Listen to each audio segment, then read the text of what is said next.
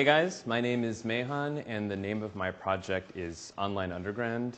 Online Underground is a cultural and technological history of online message boards from the dawn of the medium to the present, tracing the paths by which long-forgotten communities have shaped the way that we communicate online today. So my goal at the outset of this project was to write a book, and the book that I had in mind was one that would be academically rigorous, yet accessible and narratively oriented. I was envisioning a book around 150 to 200 pages in length, and consisting of about 8 to 10 chapters.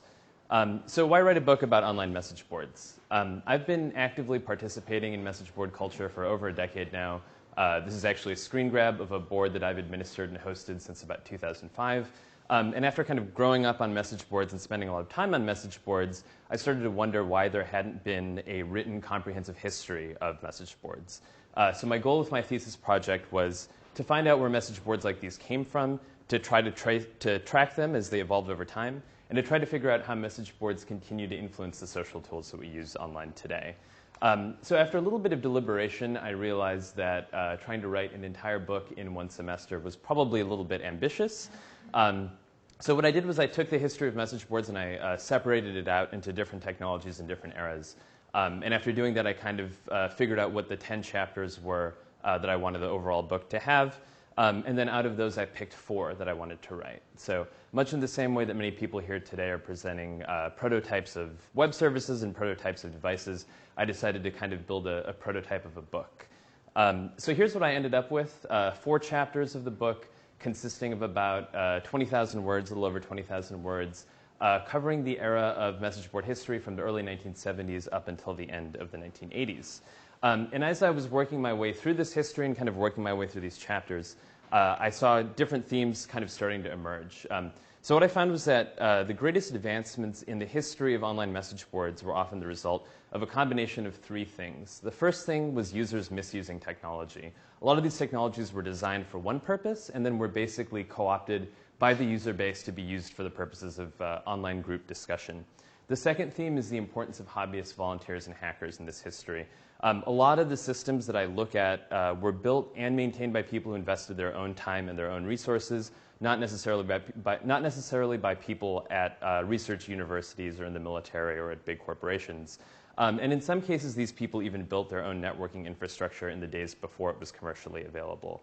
The last theme is the importance of free and open source software to this movement. This is really what made it easy to establish message boards at a low cost. And this really allowed message boards to grow and proliferate and kind of extend beyond hobbyist circles into the larger culture and become something of an underground phenomenon. So what I want to do now is kind of quickly go over some of the technologies and some of the communities that I talk about in the first 3 chapters of the book. This is called a Plato terminal, and this is basically the machine that ran the first ever message board. This was built at the University of Urbana-Champaign, Illinois. And it was part of a project called the Plato Project, which began in the early 1960s. And it was an experiment to see how computers might be used for teaching in the classroom. In 1972, this guy, whose name is David Woolley, who was a high school student at the time, started a summer internship at the Plato Project. And the project that they gave him to work on for the summer was to build a better bug tracking system. At the time they had a bug tracking system, it was a plain text file called notes.txt. Basically, the way that it worked was you would open the file, you would scroll to the bottom of the file. If you found a bug somewhere in the system, you would write a 1-line description of it. Then you would save and close the file. At some point, a system operator would go into that file. They would read your description, and they would hunt down the bug. This file got deleted a couple times, sometimes on accident, sometimes just for the lulz. And they eventually figured out that this was not the most viable way of dealing with bug tracking. So as more and more people were using the system, they needed a better bug tracking system. And this is what David Woolley built. It's a system called Plato Notes. And David Woolley's real breakthrough was realizing that sometimes a 1-line description of a bug would not be enough to really figure out what the bug was. Sometimes you would need a little bit of back and forth. Sometimes you need to have a discussion about the bug. So he essentially built a system for having conversations about software bugs. And they rolled this out in August of 1972. And very quickly, they noticed the discussion was shifting away from software bugs and toward things like movies and philosophy and recipes. Also, very early on, they saw the emergence of behaviors like flame wars and trolling, behaviors that all of us are really familiar with on message boards and other online communities today. So kind of inadvertently, Plato Notes created the archetype for the modern message board. That's not what it was designed for, but that's kind of where the user base took it. So moving along into the late 1970s, we get the emergence of the bulletin board system, or BBS. And these were systems that were similar to Plato Notes in the sense that you could read the messages that other people had left, you could write your own message, you could reply to somebody's message. The big difference here was you could do this from the comfort of your own home. You didn't have to be somebody who was at a research university in order to access a BBS. Anybody could do it. And all of these, or pretty much all of these BBSs, were hosted on a computer like the one that you see there in someone's home that was basically hooked up to a modem and a phone line. And the system operator, or sysop, would basically cover the costs of running the message board out of pocket. So why would you want to do that? Why would you pay money to run a BBS system out of your house? So you've got to remember this is the late 1970s, or maybe the mid-1980s at latest. And if you've got a modem and you've got a phone line and you've got a computer, the BBS is pretty much the only game in town, right? There's no internet, there are no online service providers, and there are no internet service providers to dial into. So if you want to use your modem, you either dial into a BBS in your town, or if your town doesn't have one, you start your own BBS. So as a result, these things really thrived and flourished through the 1980s. It's estimated by the mid-90s there were 150,000 BBS systems in North America alone. And the thing that really allowed for that exponential growth was a system called FidoNet. This was released in 1984, and essentially it was an automated network protocol that would make phone calls late at night when the phone rates were cheapest. And it would allow boards to synchronize their data. So basically, discussion threads could be shared and synchronized between different BBS systems. So the breakthrough here, in order to understand the breakthrough, you've got to realize the way that the telephone system worked at the time, which was that long-distance telephone calls were extremely expensive. If you called somebody else who was in your town or in your local area code, it was fairly cheap. But to call anywhere outside of your town, it was really expensive. So as a result, people who used BBSs at the time tended to only call the BBSs in their town and in their local area code. And that limited the distance over which people could effectively communicate using these systems. So FidoNet changed all of that. And the way that it changed all of that was with a revolutionary distributed architecture, which actually in many ways is similar to the architecture that's used today by the internet. So what FidoNet did was it allowed data to make short hops. Essentially, the data could hop from one board to a board in the next town over, to a board in the next town over, and so on and so forth. So this limited the cost that any one system operator would have to pay to run their message board. But in the aggregate, it allowed data to move over long distances across the country, even around the world. So this was the first system that really allowed for that kind of national or global interaction. And it was a 100% peer-to-peer, 100% volunteer-run, pre-internet global communications network that had over 50,000 nodes in 1996. So just to give you guys an idea of how important this was at the time, there's writing going well into the 90s until about 95 or 96, where people kind of speculate as to whether FidoNet or the internet is going to be the kind of dominant paradigm for how people exchange information online. So I've talked a lot so far about history, and I've talked a lot about technology, but I want to pivot a little bit and talk about community and talk about the types of things that people actually discussed on message boards. So as part of my thesis, I conducted an oral history project. And for this, I conducted interviews with members of the ITP community about their experiences using message boards. And I have a chapter in my book that consists of just these oral histories. They kind of run the gamut from people who participated in the BBS days all the way up to people whose first experiences were with contemporary services like Stack Overflow. So I want to play a few short audio clips for you guys.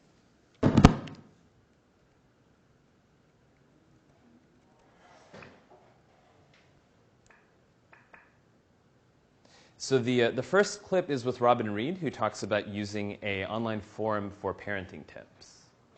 So I went there, and from the first day I went there, I opened an account, and it was like everything problem I had, someone was documenting that problem, and they would go through all the things they had went through. Everybody had like different scenarios, but for me, it was like the difference between probably having postpartum depression, giving my child up for adoption, and like it was bad. I was not a good baby mother, but I really used this site. So I'd probably go there, 3-4 times a day. The next interview is with Greg Dorsainville, who talks about using the Williams Board, which is a local community board for the neighborhood of Williamsburg. I remember I never went to camp when I was a kid, and so that that tight, you live with people, you're living near people, integration thing never really happened for me. Okay. And it doesn't really happen anymore when we're adults, but like the message board allowed you to have that. You're only with these people all the time. In your free time, I started on my phone. I had my phone too at the time. And it was just like an immersive friendship all the time, at any time of the day, at work. It was great. The last interview is with Heather Velez, who talks about using a message board for LGBTQ women. Unfortunately for this one, I don't have any visuals because the Internet Archive decided that the URL was offensive, so it was never archived by the Wayback Machine. So sadly, this one has been kind of lost to history. I mean, it was definitely formative in me becoming who I am today. Like, I don't think that if I had found this outlet, I would be comfortable with my sexuality. Just having, like, being able to read people speak candidly about this stuff and, like, just live their lives and know that it's possible was really just reassuring to me. And since I couldn't talk to anyone else in my, like, immediate community, it was, like, fantastic. So where do I want to go from here? So what I'd like to do next is kind of continue chronicling the history of the message board, starting with the Well and Echo, which are two communities that were extremely influential in the late 80s and early 90s, and then going into the era of the web and the advent of commercial service providers like AOL, CompuServe, and Prodigy, all of whom used message boards and online community as part of the marketing for their walled garden services. And then through the age of the do-it-yourself message board in the early 2000s, with software like PHPBB and vBulletin that made it very cheap and very easy for anyone to start their own message board. And then what I really want to do is take all of this history and tie it all to what's happening today when we see a number of popular services like Reddit, Stack Overflow, and Tumblr that are kind of imbued with the spirit of message board technology and culture. So in closing, I want to thank everyone on Team Kathleen. I want to thank everyone who provided me with feedback, and I want to thank everybody who sat with me for an interview. And if you'd like to read the first 4 chapters that I've written so far, they're available at thesis.mayhan.info. Thanks for listening. I look forward to your questions.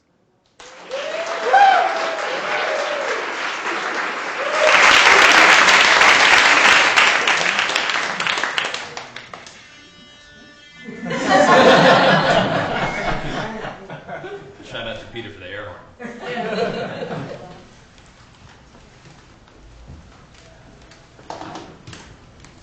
Got one from the internet for you.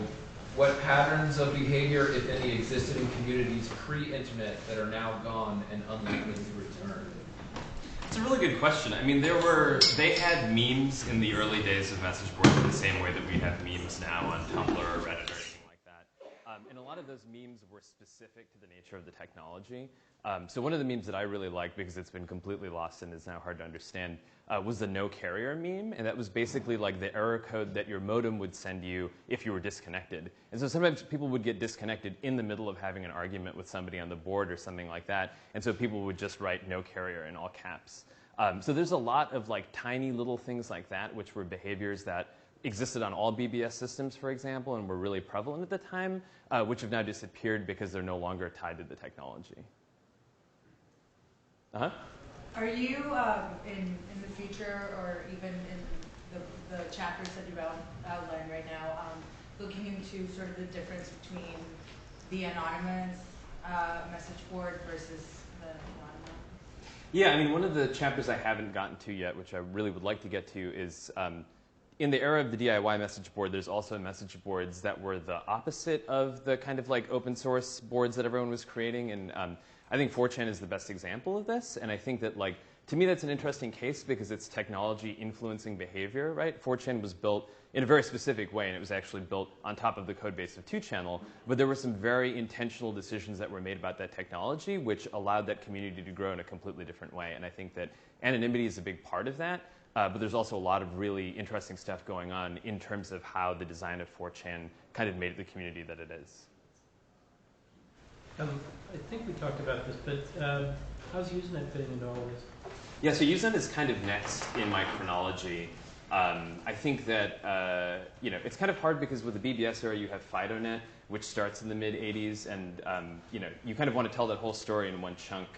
Whereas Usenet starts in like '79, so it's like just after the invention of the BBS. They're kind of like they're happening at the same time, but also then there was the bridges between Usenet and the BBSs, and then the bridge between Usenet and ARPANET, and those things all kind of got muddled in a way. So I did a ton of research on Usenet. I wasn't able to get around to actually writing the chapter on it, but that's the next kind of big milestone that I'm looking forward to. Sorry. To what extent did message board communities of the 1980s interact with phone phreaking communities? Yeah, so one of the interesting things, especially in the BBS scene, there were these like text documents that got passed around, and a lot of them were about phone phreaking, a lot of them were about hacking, a lot of them were things like the Anarchist Cookbook, and these things were like legendary documents in those underground circles, right? And like a big part of this for me is like not just servicing the technologies and the communities, but also the subcultures that kind of like thrived and grew up alongside these technologies. And those were subcultures that very much were based around the BBS and probably would not have gotten to be as big as they had been if people weren't passing around these documents using the BBS. Just curious what kind of book you're going to do. I mean, you're going to have a book, or is it going to be an online book where you can hear these oral histories? And just a little bit of question of how, say next you're going to look into so you're not really doing this chronologically. I mean, some of the people that you've interviewed from the ITP community are almost coming into it at the end of the BBS, right? Yeah, so actually if you go back to the table of contents, so my goal is to go through the entire history of the message board, and then at the end I kind of have stories, like personal stories from all eras of the message board. And so that was one of the chapters I wrote. So the thing is, there's technologies that I talk about in that chapter that I didn't actually get to cover. But yeah, that's... Okay, I must... Yeah, it's a little bit mixed up in that way. But like the idea is that it will progress chronologically more or less other than that chapter. Stacey Horn. Yeah.